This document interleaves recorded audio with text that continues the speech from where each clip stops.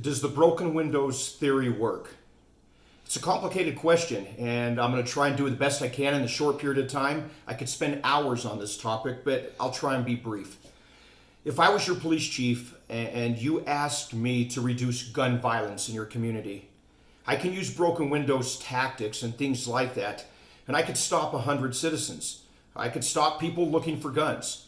And in doing that, I probably would come across 2, 3, maybe 5 guns. In the end, I took 5 guns off the street that might be used in a violent crime, so that's a good thing, but I pissed off 95 people.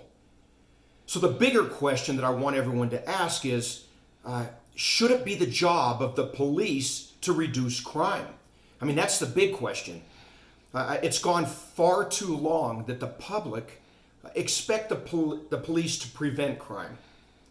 The police can't prevent crime. I hate to break it to you. We cannot. We've done everything we can. We try and arrest our way out of this problem, and we try and make to try and appease politicians by saying we make a lot of arrests to try and bring down numbers. And we're generally rated by things like a homicide rate, which I'm here to tell you doesn't tell you anything about how safe a community is. However, let's get back to the question. So it's not just the police to blame here. I think it's unreal expectations of what the police can actually do. The police will never be able to stop addiction. They're not trained. They don't know how to do that.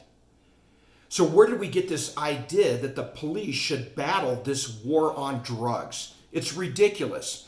We have high numbers of arrests. We're never going to accomplish this task, no matter what type of theory we use. So when we start looking at this topic, is the broken windows theory to reduce crime, does it work? No, it does not. It's not going to reduce crime.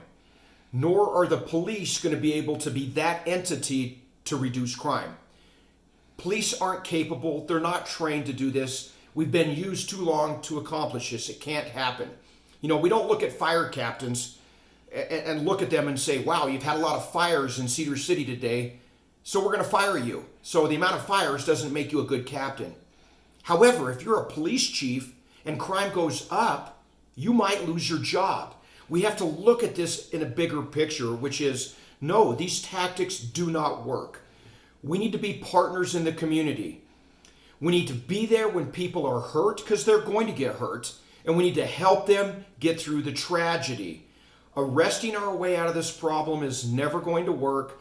Broken window strategies and the things that we did for the last 2 decades, they are not going to work.